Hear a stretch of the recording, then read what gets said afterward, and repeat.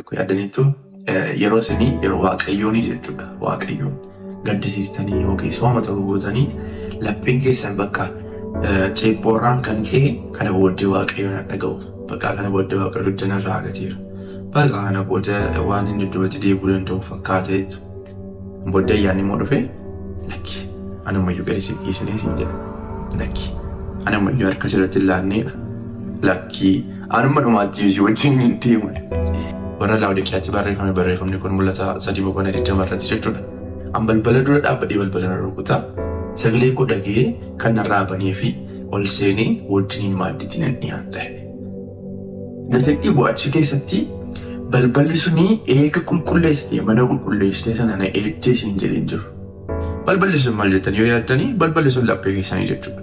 Yesuus Kiristoos amma kan inni barbaadaa jiru waan tokko naa godhisin jechaan jiru. Kana naa godhisin jechaan jiru. Sana naa gootu malee sin jechaan jiru. Sana naa guutii malee sin jechaan jiru. Maal sin jechaa jira beektaa?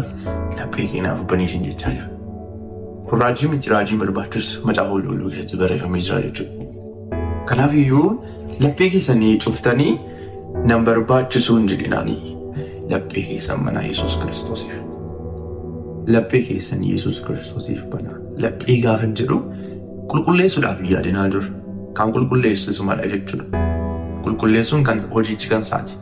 Eegasii barjoo eega laphee keessanii immoo dhugaadhaaf bantanii jechuudha.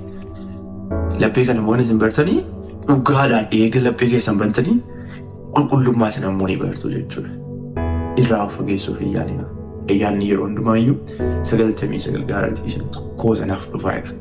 Haa ta'u naaf immoo na jibbeera sana godheera kana godheeratti.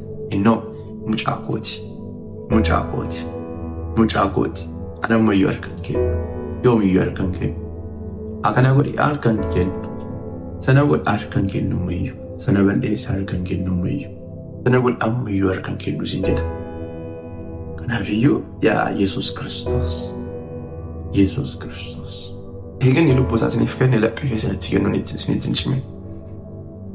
Jechuun dhibbumaa dhibba laphee keessa. Dhibba isiniin jechuun koo seera tokko raawwachuudhaaf hin fiigina. Kuni balleessaa keessan miti balleessaa keessan jechaan jiru. Seera raawwachuu jechaan jiru. Seerichi garuu raawwachuu kan isin dandeessanii dhibba Yesuus Kiristoositti yoo of kennitan qofaadha. Hin dandeessan Yesuus Kiristoosiin ala seera galmaan ga'uu hin dandeessan. Kanadha malee seerri waaqayyoo gaafa sana agartu maal akka galmaan geessan gaafa laphee keessan mootummaa guutuutti Yesuus Kiristoositti kennitanii dhibbumaa dhibba maal akka ta'e seerri waaqayyoo maal akka ta'e gaafa sana gadi fageenyaa qottanii bartu. Ijoollee waaqayyoo lubbuu isaa kennuudhaaf kan inni hin gaabbine. Lubbuu isaa kennuudhaaf hin gaabbine isiniif jechuudha. Laphee keessan dhibbumaa dhibbatti kenna. Waa'ee kana galmaan ga'uu sana galmaan ga'a dhiisa. Dhiisa gaafa jedhu immoo wayitii isinisuuf akka hin jiru isinitti fakkaate hin barsu jechuudha gaafa sana. Waan keessatti ulfaatee kochuu gara koo isin jedhee hin turre isin jedha. Gaafa sanatti iyyuu jedheera lakkaatti. Ijoollee waaqayyoo dhibba laphee keessan qofaatti kenna. Jabaadha. Eebbifamu.